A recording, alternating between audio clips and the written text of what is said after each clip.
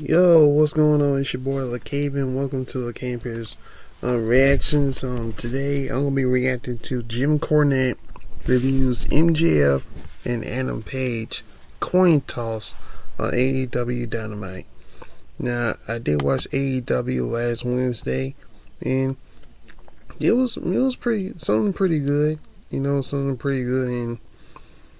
And between MJF and Adam Page, they going at it at the wherever they gonna be battling in the Texas Death Match at their pay-per-view event.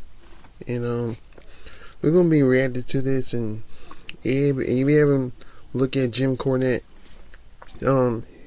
his page will be on the description down below.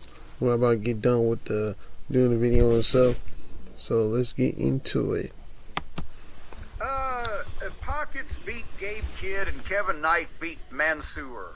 Or did Gabe Kidd beat Pockets? One or the other, I don't care. Jesus Christ, if I wanted to watch bad indie wrestling, I'd be watching the local OVW show. I watched the Mansoor match. Who did he wrestle again? I forgot who it was already. But Kevin Knight. Kevin Knight, who's really good. But I was actually really impressed by Mansoor in the match. He did a lot of little things that made it more than a match that needs a lot of bumps or high spots. I thought he was really good in there.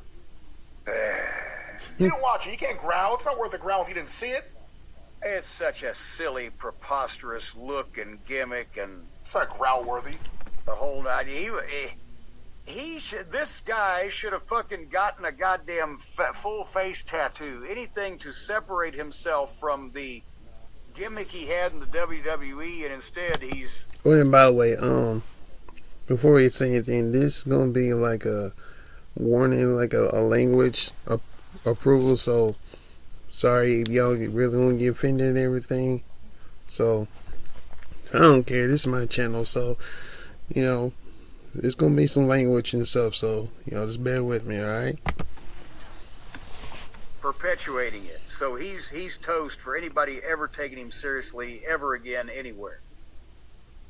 Good match. So then at 9 o'clock, Tony Schiavone was in the ring, and once again we call out MJF and Hangnail Adam Page to... Last week they confused the shit out of us with what they were trying to plainly state was that the stipulation that Page wants is a Texas death match, and MJF was willing to give him a match if Page agrees. If he loses, he'll never challenge for the world title again. But then they were going to think about it for a week, and MJF was going to come up with his counter proposal. Well, if MJF got a counter proposal, then why did they have to... Page should not have to give up ever wrestling for the world title again unless MJF agreed to the Texas death match. Because then Page is giving that up and agreeing to potentially be an MJF's gimmick. But do you see why this doesn't make sense? Yeah, I saw why it didn't make sense last week, where it was Page would never go for the belt again, and they'll decide, and then the fans can decide, but they've already decided. Like, none of this And then you decide. But the point is, unless MJF was going to be forced to take the Texas death match, and I'll put my future shots at the world title on the line, that was the deal, then it shouldn't be, I'll put my world title shots on the line no matter what you say, and then how about we have a Texas death match? Well, you come up with a stipulation, and we'll flip a fucking coin. Okay. So I think what Jim Cornette is trying to say, like, MJF and Heyman Adam Page, like, they're gonna have a match for an AEW World Heavyweight Champion, and if Adam Page is losing that champion, he will never wrestle, or he never bothered to touch that AEW World Heavyweight Champion again, as long as it was MJF. So basically MJF's like, okay, I see you, cowboy, and you trying to get the coin. But what's crazy was that coin was like a two-sided, like it's the same coin, it's like the George Washington coin on there, but it's got the same face of it, back and front and back. So he tried to test it out. So it's gonna be like in a Texas death match from that. Well, then what did it fucking accomplish for you to put your fucking title shots on the line? Anyway, today we're going to find out what the stipulation is or was or is supposed to be or will be. And again, Tony stood mute in the corner. MJF laid out the premise, again, a little bit better than last week, and said he had a fair way to decide. It's heads or tails is going to be the Texas death match, and heads is a no DQ for me match where I can't get disqualified, but you can. And this took long.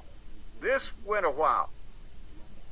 And again, Adam Page is just a bowl of oatmeal as a babyface, just standing there. Dang, come on, man. Just fucking bleh. Damn.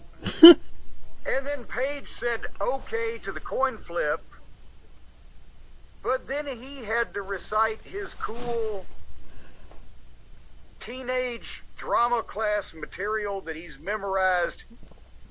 Imagine if I'm tearing the very flesh from your body. I might put barbed wire in your mouth and tear your tongue out. You call yourself the devil, but this hell is mine. Oh, for Christ's sake. Oh, for Christ's sake. He got the fans to chant dog shit. And that was kind of apropos for this amateur hour type of thing, but he went on forever. And he calls for the coin flip, and MJF flips the coin, lands on the mat, tells Tony Schiavone to call it, picks it up, shows it to Tony, puts it back in his pocket, and he won. And he starts to leave, but Page says, no, wait a minute, give me the quarter. And MJF is like, oh, you've lost, I'm out of here. He tries to leave, and there's Brody King and Bandito and Kevin Knight and Spitball. I'm surprised at... When you talking about Spitball, you talking about Speedball Mike Bailey. That's what everybody been talking about, you know. Hong Kong Phooey can walk upright wearing a title belt. That thing weighs 15 or 20 pounds. I can't believe he can stand up under it. And then they fucking run him back to the ring, and Brody King gets the coin, and it was two-headed. And then immediately Tony Schiavone, who's been standing in the fucking corner for 15 minutes, comes back to life and says, oh, Tony Khan just said since you cheated, it's a Texas death match. Damn. Wow. So, as long as these baby faces are all such dipshits and uninteresting and the booking is so blah, MJF has nothing to work with, and it's getting he's just doing the same thing now because he's got the same thing to fucking work with. Help me. I can't help you. I've not liked this Okay, program. I did not like the segment last week. I really didn't like it this week again.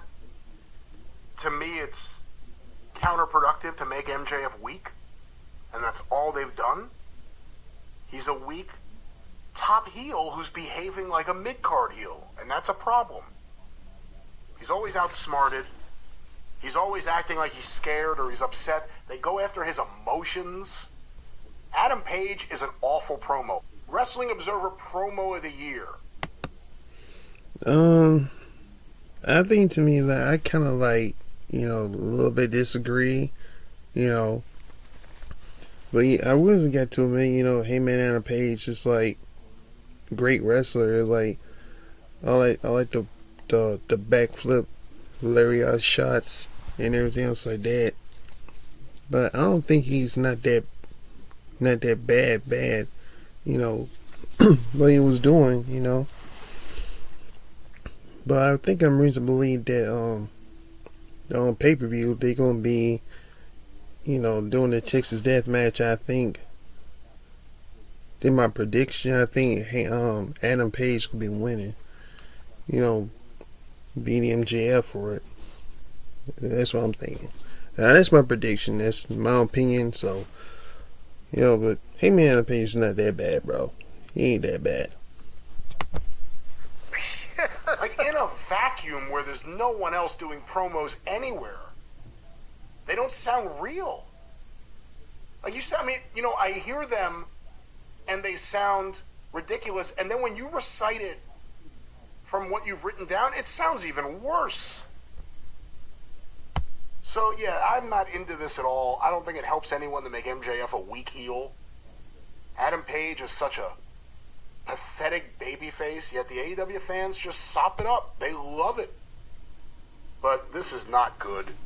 And these segments have not done anything to help these guys. Adam Page gives, like you said, a speech to make him feel cool. MJF, I'm guessing he has a lot of stuff he wants to get in there too. Because again, last week we saw the yelling MJF, the calm MJF, the whispering MJF. You know, this is obviously all of their ideas with Tony. This is what they want to do. They're happy with it, but goddamn, these segments have been long and awful. MJF should just cut them down. You want to act all high and mighty? You were a teacher, Mr. Waltz. What were you doing taking pictures of Marty Skrull? That would end it all. That would end it all like that. But no, this shit's been terrible. I'm a big MJF fan, but this feud has been a miss, and these segments I think have been counterproductive. Especially if you want MJF to be a productive heel long term there. He shouldn't be made to look this weak. And if you want someone to be the foil, send John Cruz out there to have him do the fucking coin thing and get scared by all the heels. It doesn't help. Yes. There was no that they already beat him up and ran him off. Remember? Yeah, that's right. I did remember. That's right. He might have been interesting. But here's the problem. What are they doing here? I understand now, we all understand, in hindsight, what Cody did with that stipulation, I can never challenge for the world title. And then he went over and he got the, what was it, the TNT title. He was the first, whatever the point is, Cody in his mind knew, I don't want to be the world champion of anything because I got this angle about finishing my story in the back pocket. And he did that at the time, telling people he didn't want the people to think because he was an executive that he was pushing himself to the top. It was so he wouldn't dampen his fucking angle, and that was brilliant of him. Paige has no such fucking realistic aspirations. They can't. It would be insanity to make Paige the champion again and just gut and derail any weak momentum MJF might have, since he's been back 2 months ago. And he barely has won. He barely wins anything. And but then if you have MJF win and Paige can't challenge for the world title again, then these people expect them to hold that stipulation forever and not milk it for a year or two and then have a hot heel have a serious issue with him and goddamn the fans demand that he break his word, that type of thing that would have gone on in the territory days. They'll be mad if he goes back on his word, even if he gets screwed around by a heel and he's the babyface, because these fans have been taught that strange fucking things. So what are they doing here? It would make him the heel. It would be his heel turn if he said that. Now I want a world title shot. Yeah. Well, you know, maybe part of the issue is Adam Page, the milquetoast cowboy. Perhaps he has milquetoast music taste, Jim, and perhaps. Okay, I'm gonna stop right there. But yeah, that was Jim Cornette and Brian Last reviews MJF and Adam Page coin toss in AEW Dynamite. I think about they're gonna have a match that, you know, on pay-per-view on there, but shit, I can't go. I can't watch it because, man, number one, it's way too expensive on that page, and I'm predicting this. This is my prediction. Everybody gonna give everybody else an opinion, but I think Adam Page is probably gonna beat MJF. for the world AEW World Champion. I hope, you know.